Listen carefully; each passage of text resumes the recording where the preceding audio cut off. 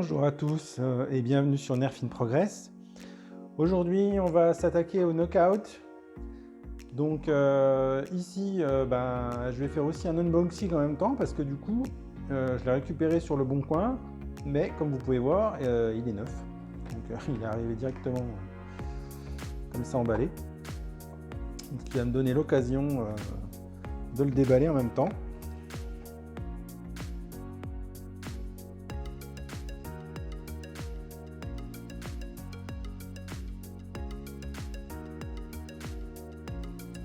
Donc le voilà, tout beau, tout neuf. Donc Blaster Rival qui est sorti donc en 2020, comme on peut voir, et qui est mono-coup. Du coup livré avec deux petites bouboules. Vous avez des petits systèmes sur les côtés là, pour pouvoir emporter avec vous 4 boules plus une dedans, ça fait 5. Mais on va voir que on fera une petite modification plus tard pour le convertir en autre chose.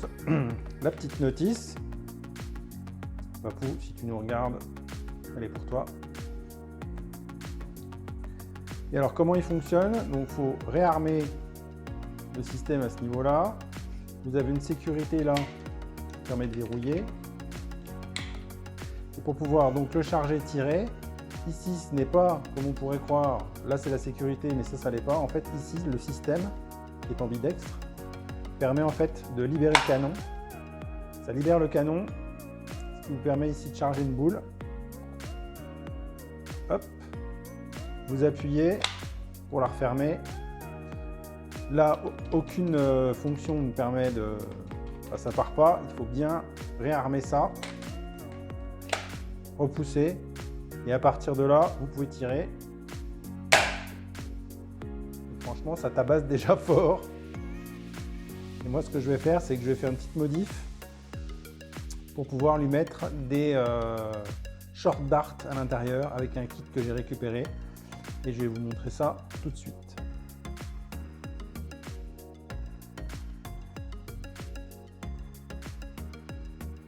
Donc aujourd'hui, pour la partie modification du blaster, on va pas se contenter de changer uniquement le ressort, qui par ailleurs est un 12 kg. On va aussi le convertir complètement pour pouvoir tirer des short dart. Donc pour le coup, ça restera un mono-coup, c'est-à-dire qu'on ne pourra mettre qu'une seule fléchette à chaque fois, mais ça sera des short dart. Donc on va voir si ça permet d'avoir une meilleure vélocité avec les short dart.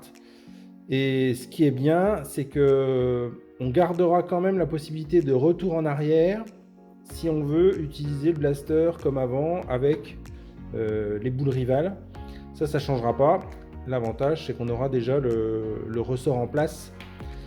Donc il y aura juste toute la petite partie du kit short dart à enlever et on gardera la même puissance avec ça. Donc ce kit se compose, comme je l'ai dit, du ressort. Ici, on va avoir un canon avec, vous voyez, une petite ouverture qui a été faite. C'est là où on va rentrer les short dart dedans. On a différents adaptateurs ici qu'on va venir mettre à l'intérieur du blaster qui vont venir se connecter directement au plongeur avec le cylindre de compression. On a un kit esthétique, donc ça c'est le silencieux qui va venir sur le devant.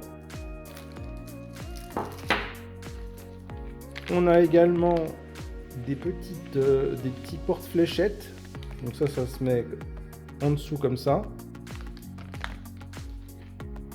Et un truc que je trouve vraiment pas mal, c'est ces petites choses là. Donc c'est des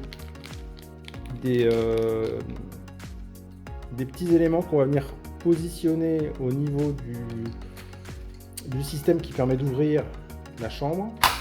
Voilà. Et comme on le sait tous, sur ce genre de blaster, quand on le tient, voilà, pour pouvoir accéder au système d'une main, enfin c'est pas possible, il faut vraiment avoir un pouce de 4 km de long. Donc en fait, ces petites parties là vont venir faire une extension, ce qui va nous permettre d'avoir accès directement à l'ouverture du canon. que vous soyez gaucher ou droitier, il y a les deux pièces, donc une de chaque côté. Donc ça va être pas mal à mon avis, quoi. Voilà, bah écoutez, c'est parti pour la partie démontage.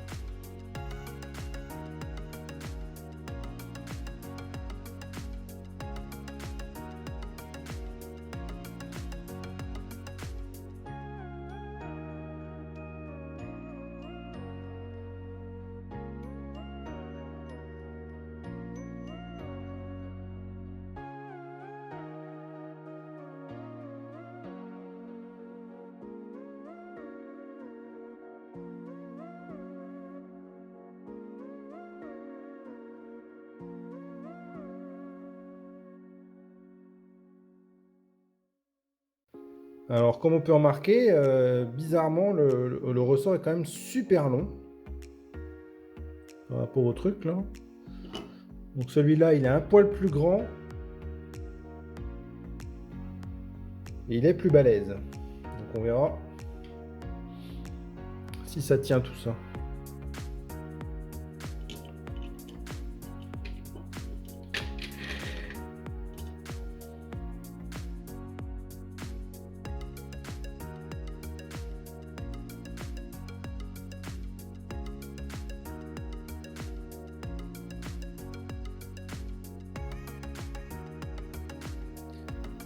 Alors ici pour le restricteur d'air, j'ai pas trouvé de solution, je sais pas comment c'est fixé. À mon avis, ça doit être soit c'est enfoncé et collé en même temps, je sais pas trop.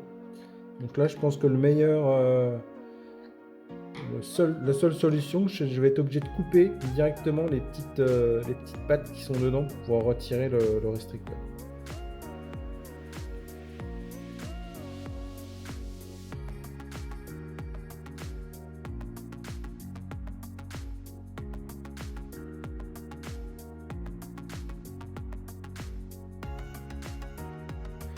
Alors il faudra aussi retirer toute la partie qu'on voit au fond là. Parce qu'en fait c'est cette pièce là qui va venir se positionner comme ça dedans. Donc il faut que tout l'intérieur là ça soit évidé pour qu'on puisse bien mettre la pièce à l'intérieur. Voilà, du coup quand on a retiré tout l'ensemble, ce que ça donne. Donc ce que j'ai fait, c'est que moi j'ai utilisé une petite Dremel pour pouvoir, je vais vous montrer, hop, ce système là, voilà, avec du papier de verre là, pour aller poncer l'intérieur, que ça soit bien nickel. Ce qui fait qu'après, on n'a plus qu'à mettre cette pièce là. Donc il faut qu'elle rentre un petit peu en force, hein. C'est normal. Il suffit de l'enfoncer à fond. Voilà.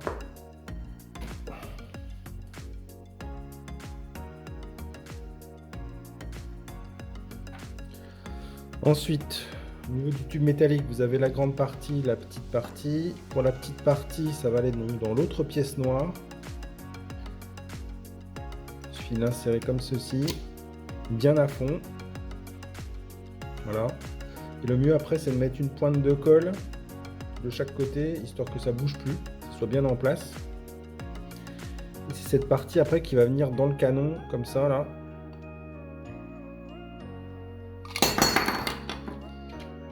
Voilà. Et après, on va avoir l'autre partie qui viendra coulisser dedans. On mettra les fléchettes dedans.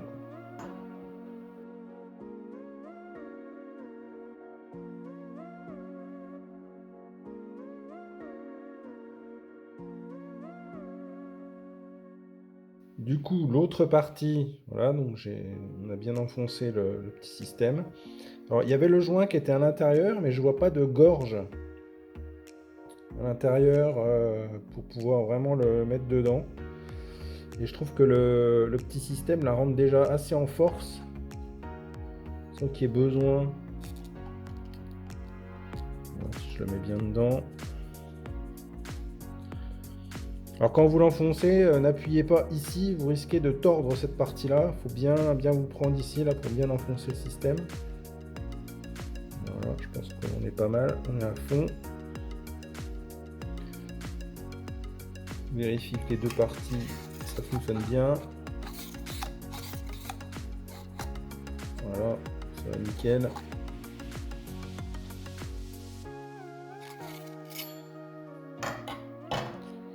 Plus qu'à mettre cette partie-là à l'intérieur.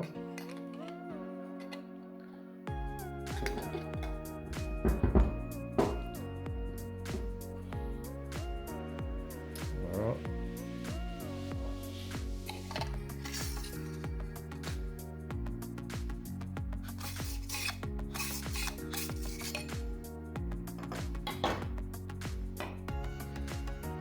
Donc ici, j'ai remonté l'ensemble. Donc là, rien de compliqué, il faut juste enclipser ça dedans. Bien faire attention, voilà, à bien remettre les petites pièces comme elles étaient. Là, c'est juste pour montrer, pour faire un test. Vous voyez, donc le système, il vient normalement comme ça. J'ai pas mis de ressort, mais voilà. Et le problème, c'est que là, à cause de ces systèmes-là qui bloquent le canon, on a un espace qui est beaucoup trop petit pour venir mettre la fléchette. Autant la balle rivale, on la met en force, voilà, c'est nickel. Mais là, pour le coup, pour mettre la fléchette, c'est très compliqué.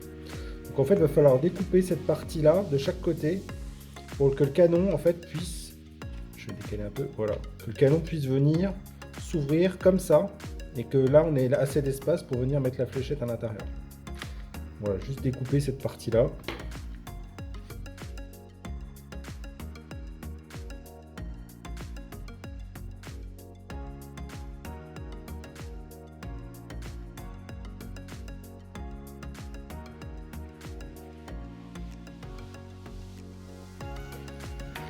Voilà, donc j'ai retiré à l'intérieur la petite partie là qui bloquait. Ce qui fait que maintenant, on a une ouverture pardon. Voilà, qui est beaucoup plus grande. Avant, elle arrivait à peu près à moitié. Là, voilà, elle s'ouvre sur la totalité, ce qui fait qu'on pourra mettre les fléchettes plus facilement sur le petit ensemble. Et ben voilà, donc je vais remonter cette partie. Je vais remonter donc le blaster là, et puis on verra pour la suite. Donc ici, pour mettre cette petite pièce là, elle vient s'emboîter directement sur le petit système. Il faut faire un pré-trou. Voilà, juste faire un petit trou là, parce que du coup on va venir mettre la vis. C'est celle-là, pardon, celle-là, ce petit bout pointu. Alors soit vous faites un trou, soit vous pouvez directement coller si vous n'avez pas envie de percer un trou. Moi j'ai préféré faire un petit trou. Voilà. Je vais lisser ça dedans.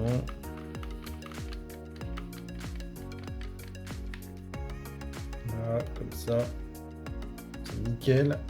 L'avantage, voilà, quand on l'a en main, on a tout de suite le petit système qui est là. C'est hyper pratique, quoi.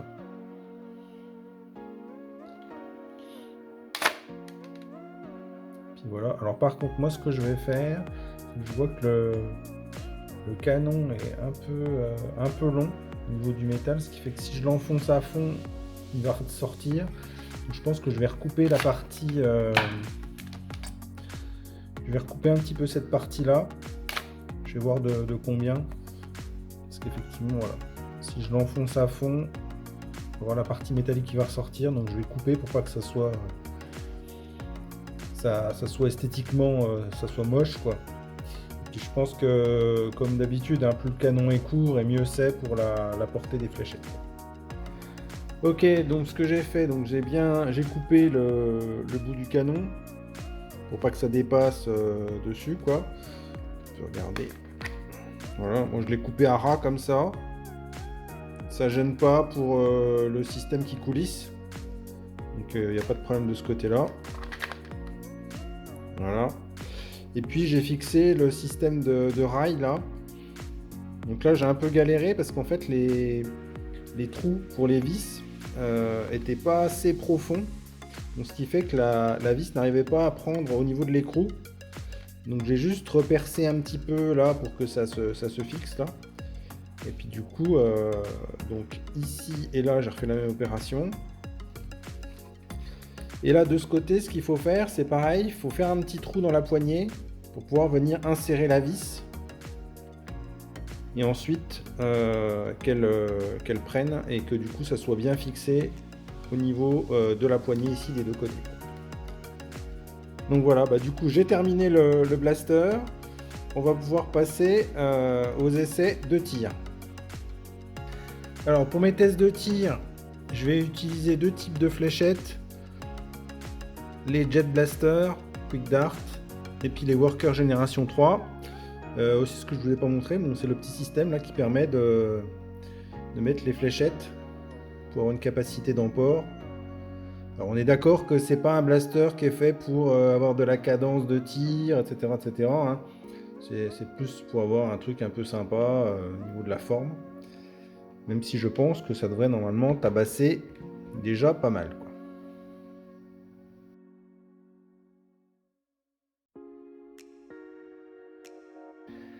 Sinon, donc pour mettre les fléchettes, donc là on ouvre le système de barillet, hein. Le système qui relâche le canon, pardon. Moi ce que je fais en fait, c'est que la fléchette, donc je l'insère tête en avant. Voilà. Une fois qu'elle est dedans, je la recule. Qu'elle vienne en butée complètement derrière pour être au plus près du système où ça va pousser au niveau de l'air. Et après, il n'y a plus qu'à refermer. On va voir ce que ça donne.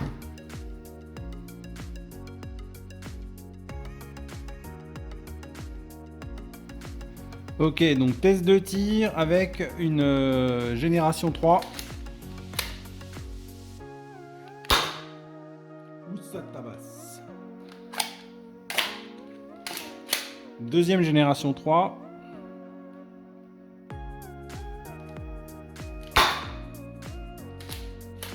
Une Quick Dart Jet Blaster.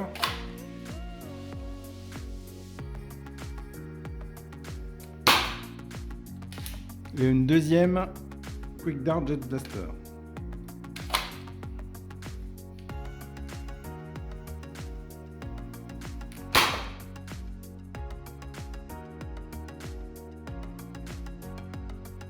Voilà, c'est la fin de cette vidéo. Écoutez, moi je suis assez content de ce petit kit short dart de conversion.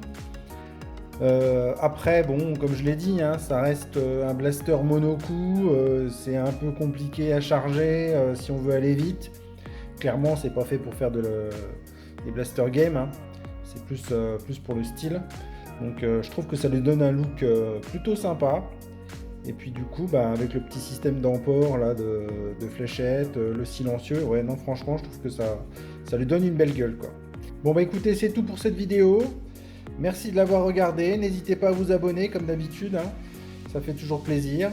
Et puis je vous dis à une prochaine. Salut!